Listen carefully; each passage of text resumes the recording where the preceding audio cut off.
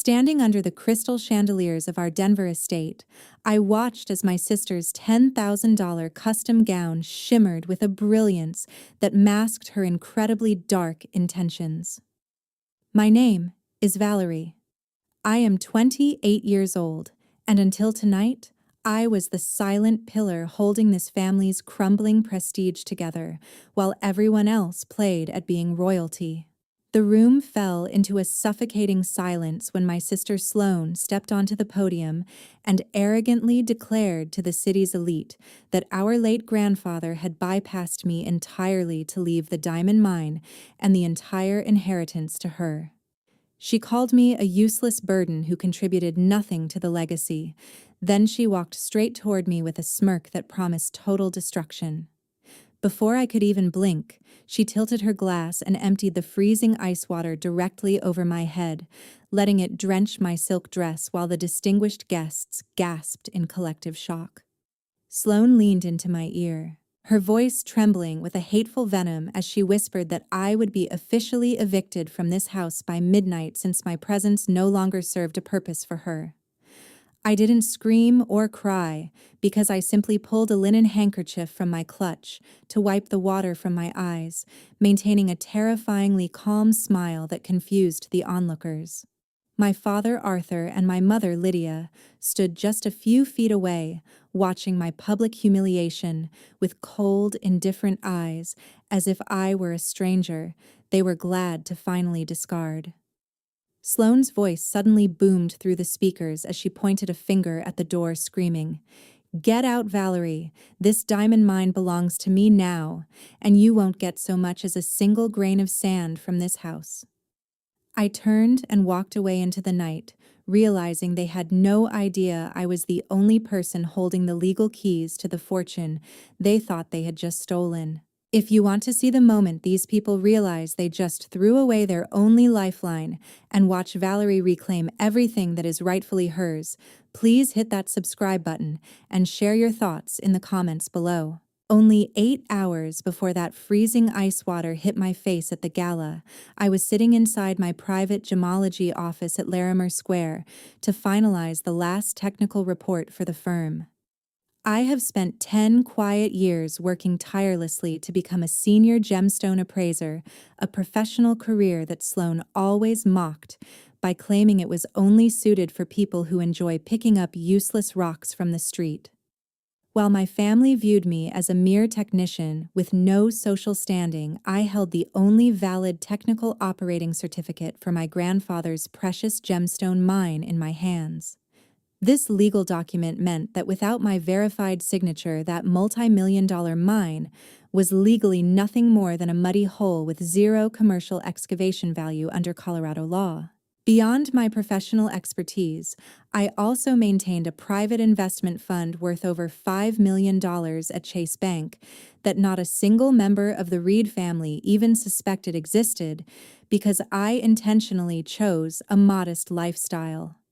I often recalled the private conversations I had with my grandfather shortly before he passed away, as he was a wise man who clearly saw Sloane's growing greed along with the cold pragmatism of my parents. He decided to grant me silent financial control over the legacy, trusting my integrity over the flashy arrogance of my older sister, who only cared about appearances. On the day of the party, I had fully intended to announce the exciting news that the mine had recently struck a massive new sapphire vein, which would have secured our family's wealth for another generation. However, witnessing the sheer cruelty in Sloane's eyes during the inheritance announcement made me change my strategy entirely before I even left the office. Sloane had always lived under the delusional fantasy that simply having her name printed on the land deed meant she possessed the treasure hidden deep beneath the rocky soil. The reality of legal mining procedures in the state of Colorado was far more complex than she could ever imagine, as ownership of the land did not grant the right to sell certified stones without an expert's seal. As I packed my briefcase that afternoon, I realized that my family's survival depended entirely on the very person they had spent years treating like an insignificant servant.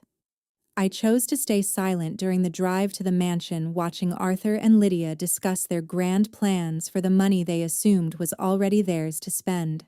Even as I sat through the early hours of the banquet listening to my sister brag about her new power, I felt a strange sense of peace, knowing that her kingdom was built on shifting sand. I watched Sloane drain her wine glass and whisper to our parents about how they would finally be rid of my boring presence once the papers were officially filed the next morning.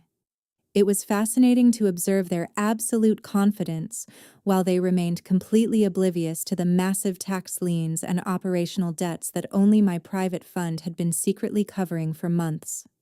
Every time Mom smiled at a wealthy guest, she was actually smiling with money that I had authorized to keep the electricity running and the staff paid. When I looked at my sister across the room, I didn't see a victor, but rather a woman who was about to walk blindly into a financial storm without a single clue on how to navigate the wreckage. I had the power to save them all with a single phone call to the mining board, yet their behavior that night proved they deserved to feel the full weight of the consequences. The technical reports remained locked inside my secure safe, and I knew that without my expertise, the bank would begin the foreclosure process on the mine within 30 days of my resignation.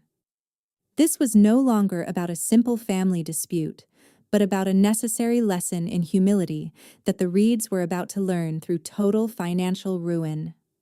I took a final sip of my water, checked my watch, and waited for the inevitable moment when their greed would finally cross the line of no return.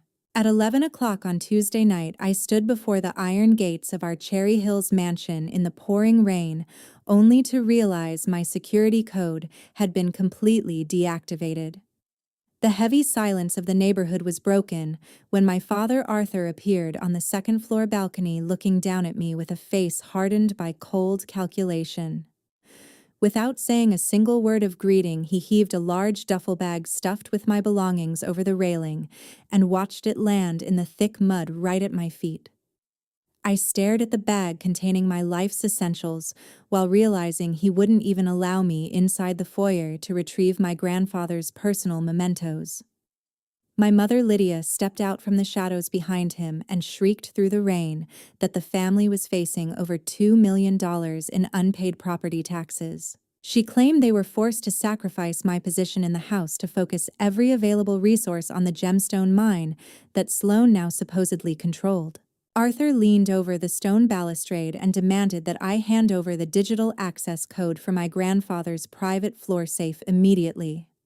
They were both convinced that the safe contained enough hidden liquid cash to rescue their failing financial situation before the banks could intervene tomorrow morning. Sloane stood beside them with a triumphant smirk on her face, waving a mocking goodbye as if she had already won a race. I hadn't even started to run yet. I reached down to pick up the soaked duffel bag without offering a single word of plea or showing any sign of the betrayal stinging my heart. It was a surreal moment to feel the absolute severance from my own flesh and blood over the desperate pursuit of a fortune they didn't truly understand. The rain continued to drench my clothes while I stood my ground, staring up at the people who had decided my worth was less than a tax payment. Arthur's voice boomed over the sound of the storm when he shouted, "Stop standing there, making the gate look like a mess. Give us the code right now and get out of Denver because you are no longer my daughter from this moment on." I looked at his angry silhouette and felt a strange sense of clarity replace the initial shock of being cast out like a common criminal. Lydia chimed in with a shrill tone, adding, "You have your own professional skills so you can figure out how to survive on your own, while Sloane needs this room to host the investors buying into the mine tomorrow morning." I realized then that their greed had blinded them to the fact that the very code they were screaming for would be useless without my biometric verification at the mining office. I gripped the wet handle of my bag and turned my back on the mansion without looking back at the flickering lights of the only home I had ever known. The cold water seeped into my boots as I began the long walk toward the main road, feeling the weight of the duffel bag becoming a symbol of my newfound freedom. Every step away from that gate was a step toward a future where their cruelty could no longer reach me or exploit my quiet dedication to the family legacy. I knew the investors Sloane was expecting would find nothing but legal dead ends because I had already secured the operational permits in my private name. They wanted to sacrifice me for a mine that was effectively a graveyard of stones without my signature, yet they were too arrogant to see the trap they had set for themselves. At 6 o'clock the following morning, I knocked on the weathered door of a dusty antique shop owned by my best friend Grant, located deep within the Capitol Hill district. This quiet sanctuary was the only place in Denver where I knew I could find a warm cup of coffee and a moment of genuine peace after the storm of the previous night. Grant opened the door with a look of utter surprise that quickly shifted into deep concern when he took in the sight of my shivering frame and my mud-stained duffel bag. He immediately wrapped a thick wool blanket around my shoulders and handed me a steaming mug of tea before leading me to a comfortable chair in the back of the shop. I sat in the dim light of the antique store while the silence of the morning helped settle the lingering adrenaline from my confrontation with Arthur and Lydia. Once I had regained some warmth, I asked to borrow Grant's laptop so that I could gain secure access to my various banking systems and financial management portals. I spent the next hour methodically navigating through the digital accounts I had maintained in total secrecy for the past 4 years, while the family ignored my professional life. My first action was to issue a series of cancellation orders for all automatic payment transactions previously authorized for the medical insurance and utility bills at the family mansion. I realized with a heavy heart that I had been using my own hard-earned salary to pay for the life insurance policies of both Arthur and Lydia for nearly half a decade. They had never once bothered to ask about my financial well-being or how I managed to afford my own living expenses while supporting their extravagant lifestyle. Grant sat across from me while checking his own network of contacts, eventually informing me that Sloane had already begun reaching out to various black market gemstone dealers. It appeared she was desperately trying to sell off some of my grandfather's most valuable assets before the inheritance papers could be officially notarized by the state. My sister was attempting to liquidate our family legacy through illegal channels because she lacked the professional certification required to conduct legitimate business at the Denver Diamond Exchange. This news only reinforced my decision to sever the remaining financial ties that were still keeping the Reed estate from collapsing into a pile of debt. I authorized the final withdrawal of my personal escrow funds that were currently being used to subsidize the daily operational costs of the mining equipment and staff salaries. By removing my financial backing, I was effectively leaving Sloane with a hollow business shell that carried hundreds of thousands of dollars in unpaid labor debts and equipment maintenance fees. Grant sighed as he watched me close the last browser tab, his expression reflecting the harsh reality of the situation I was forced to navigate alone. He leaned forward and said, "Valerie, you have protected those people for far too long, so it is finally time for them to learn how to swim in the sea of debt they have spent years digging for themselves." I looked at him with a gaze that had grown cold and resolute after the betrayal I experienced at the gates of my own home. I replied firmly, "I will not save them even one more time because my kindness and my sense of duty officially ended last night at that gala." We spent the rest of the morning planning my next legal move, while the city of Denver woke up to a day that would change the Reed family's status forever. I felt a strange sense of liberation knowing that the heavy burden of being the invisible provider was finally lifted from my shoulders as I prepared for the upcoming legal battle. Grant offered me a spare room above the shop so I could focus on my strategy without the distraction of finding a new place to live in the middle of a crisis. I knew that Sloane would soon realize that a land deed is just a piece of paper if there is no money left in the bank to pay the workers or keep the lights on. The silence of the antique shop provided the perfect environment for me to draft my formal resignation and the withdrawal of my technical oversight for the mine. Promptly at 10 o'clock on Thursday morning, I arrived at the high-rise office of my personal attorney, Mr. Henderson, to officially formalize the termination of all legal links between myself and the Reed family. I sat across from him while he meticulously reviewed the stacks of paperwork that defined my professional involvement in the family's gemstone empire for over a decade.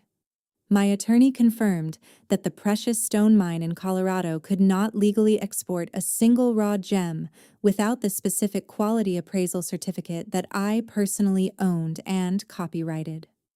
Without my verified signature on the technical oversight documents, the entire mining operation would be forced into an immediate and indefinite standstill under state regulations. I leaned forward to sign the formal notice of unilateral termination for my technical consulting contract, a move that effectively triggered a mandatory 48-hour countdown for the local authorities to seal the mining site. This action meant that every piece of heavy machinery and excavation equipment would be locked down until a new certified expert could be vetted and approved by the board.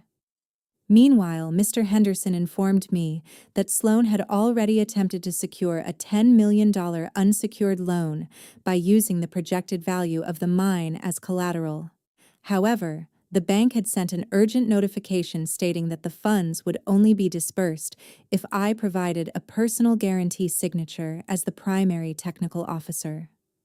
I listened to this news with a grim sense of satisfaction because I knew my refusal to sign would leave my sister standing in a financial desert with no way out. During our meeting, my phone vibrated incessantly with dozens of missed calls from Arthur, but I chose to silently block his number without reading any of the desperate messages he was likely sending. I instructed my attorney to handle every future request for communication from the family so that I would never have to hear their voices or endure their manipulations ever again. We proceeded to organize the transfer of my entire asset portfolio from the Denver National Bank to a new private branch located in the heart of New York City. This was the final step in preparing for a completely fresh life where no one knew my history or the weight of the name I was leaving behind in the mud of Cherry Hills. Mr. Henderson looked over his spectacles and asked me with a serious tone, "Are you absolutely certain that you want to withdraw all your financial guarantees, Valerie? The property taxes are so far behind that your parents' mansion will be foreclosed upon in less than 30 days without your support." I stared at the city skyline outside the window for a moment, feeling the cold determination that had replaced my former loyalty to those people.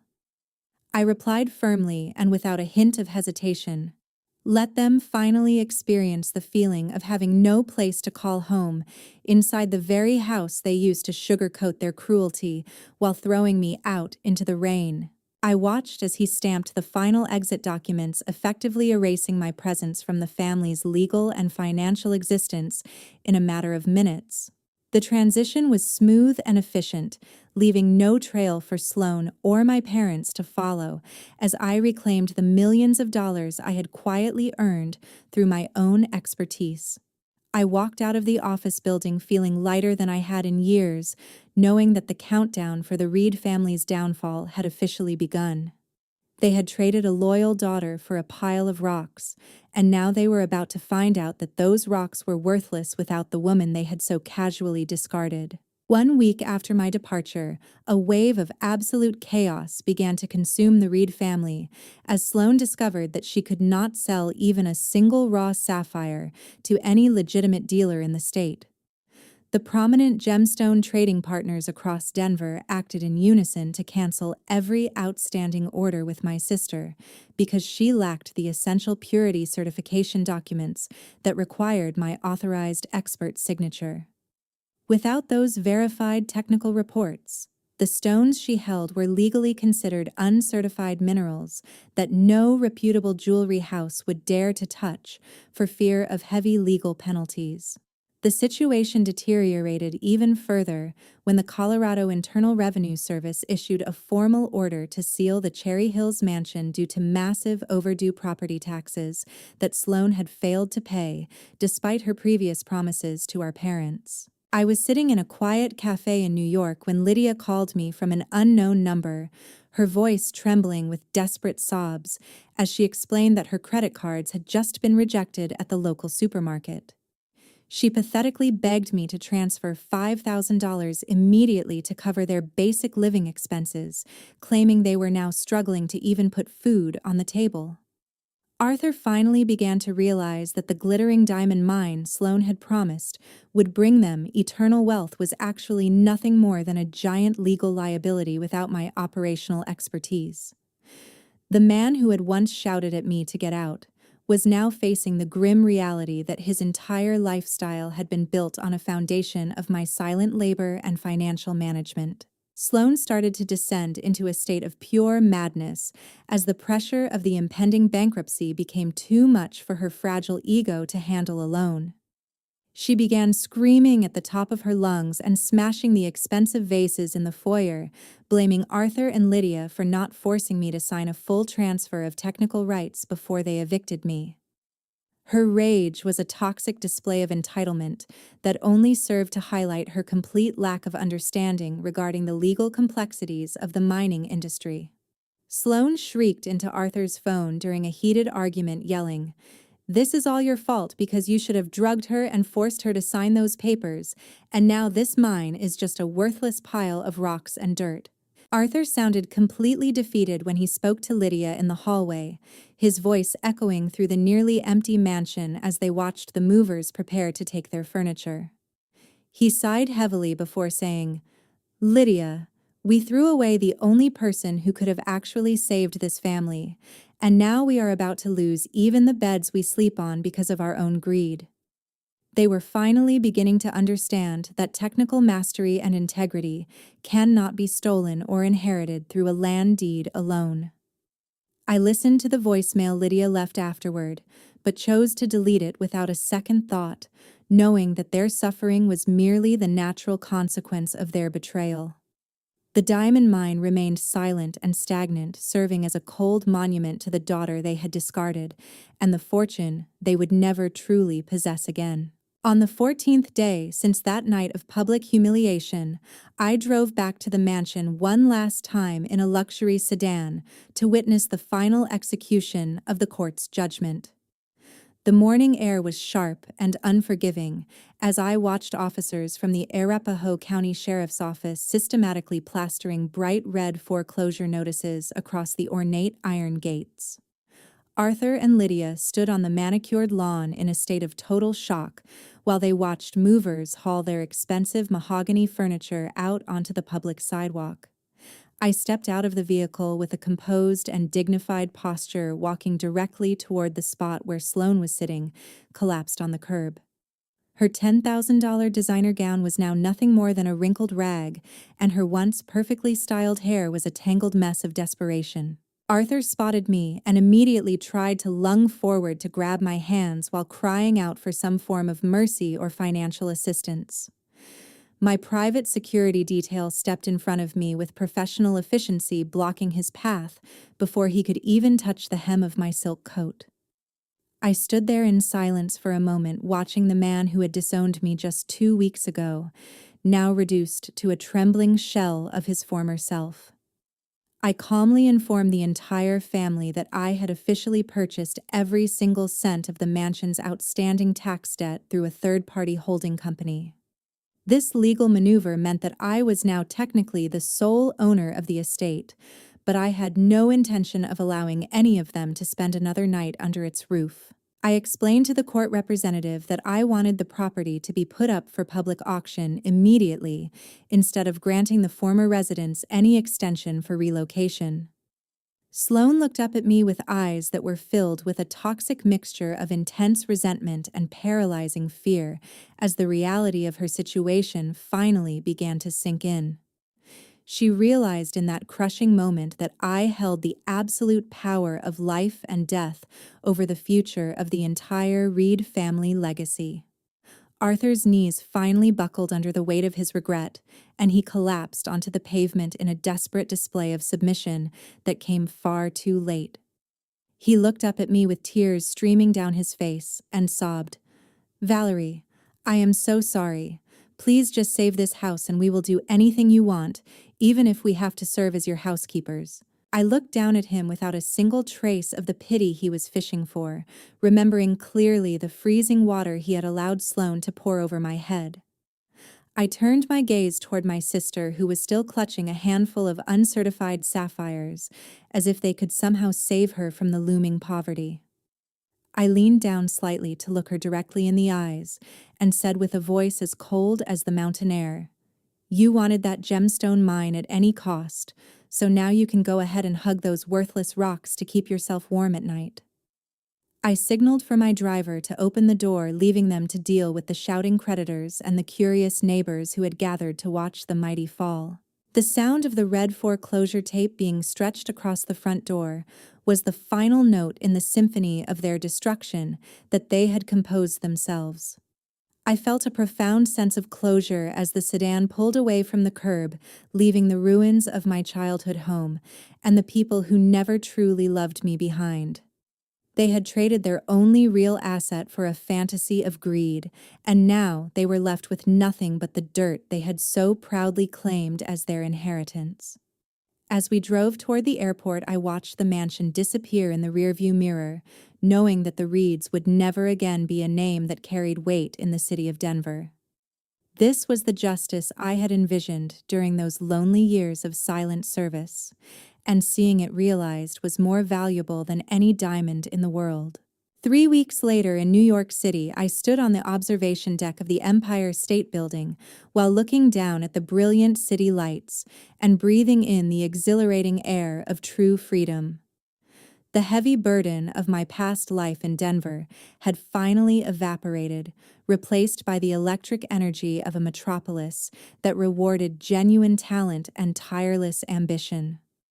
I have officially opened an international gemstone appraisal institute bearing my own name, an achievement that has already attracted hundreds of major partners from across the globe, thanks to my established reputation and deep technical expertise.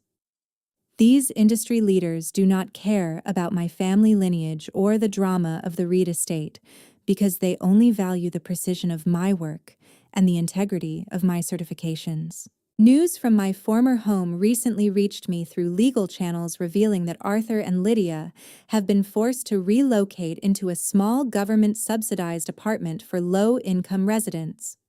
They are now living in a cramped space where they must share communal facilities with the very people they spent decades looking down upon with such arrogant disdain.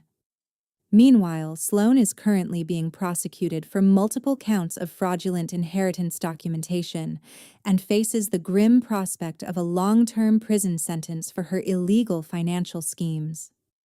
Every piece of expensive jewelry she once flaunted on social media has been confiscated by the state to settle the massive debts she accumulated during her brief and disastrous reign. I decided to legally change my name and sever every remaining connection to my previous identity, choosing instead to focus my resources on building a future that reflects my true values. A significant portion of my institute's profits is now being directed toward a scholarship fund I established for young, underprivileged professionals who possess great talent but lack the financial means to pursue their dreams. I have realized that the greatest form of revenge is not to engage in a petty conflict with those who hurt you, but to live a life so brilliant and successful that they can never reach you or beg for your forgiveness again. My journey from a discarded daughter to an independent industry leader is a testament to the power of self-reliance and the importance of maintaining one's dignity even in the darkest of times. Through my story, I sincerely hope you will recognize the vital values that should govern both family life and professional careers in this modern world. You should never underestimate the quiet presence of a person who works behind the scenes, because quite often they are the very ones holding the entire foundation of your home together. Money might be able to purchase a designer gown or a flashy mansion, but it will never be able to buy genuine competence or the unwavering loyalty of people who truly love you. In this complex world, blind greed will always lead to eventual self-destruction, and the most bitter ending is being abandoned by the very people you once looked down upon when you find yourself in total misery. I want to thank you very much for listening to my story until the very final moments, as your support has been a massive motivation for me to continue sharing my experiences. My life in New York is just beginning, and for the first time in many years, I can look toward the horizon without fearing the shadows of betrayal or the weight of a family that never deserved my heart. The lights of the city below me are a constant reminder that success is the best response to cruelty, and I am finally at peace with the woman I have become. Trước khi khép lại câu chuyện đầy biến động của Valerie ngày hôm nay, chúng ta đừng vội bỏ qua những sự thật đáng lòng mà bất kỳ ai cũng có thể gặp phải trong cuộc sống. Câu chuyện là một minh chứng nghiệt ngã rằng lòng tham và sự vô ơn chính là liều thuốc độc tàn phá nền móng của mọi gia đình nhanh nhất. Chúng ta thấy một người cha, người mẹ sẵn lòng vứt bỏ con thầm lặng, hy sinh chỉ để chạy theo những ảo mộng giàu sang phù phiếm. Nhưng hãy nhớ rằng năng lực thực sự và sự tử tế mới là tấm bảo hiểm bền vững nhất. Còn những tài sản thừa kế nếu không có trí tuệ vận hành cũng chỉ là những đống đất đá vô tri. Sự đoàn tuyệt của Valerie không chỉ là hành động tàn nhẫn mà là sự phản kháng cần thiết để bảo vệ giá trị bản thân trước những kẻ chỉ biết đến lợi ích. Nếu là bạn trong tình cảnh bị gia đình sỉ nhục và trục xuất như vậy, liệu bạn có đủ can đảm để cắt đứt hoàn toàn hay sẽ chọn cách tha thứ khi thấy họ rơi vào cảnh khốn cùng? Nếu bạn có một góc nhìn khác hoặc cách xử lý nào nhân văn hơn, hãy để lại bình luận ở phía dưới để chúng ta thảo luận nhé. Trân trọng cảm ơn các bạn đã lắng nghe và đồng hành cùng câu chuyện cho đến giây phút này.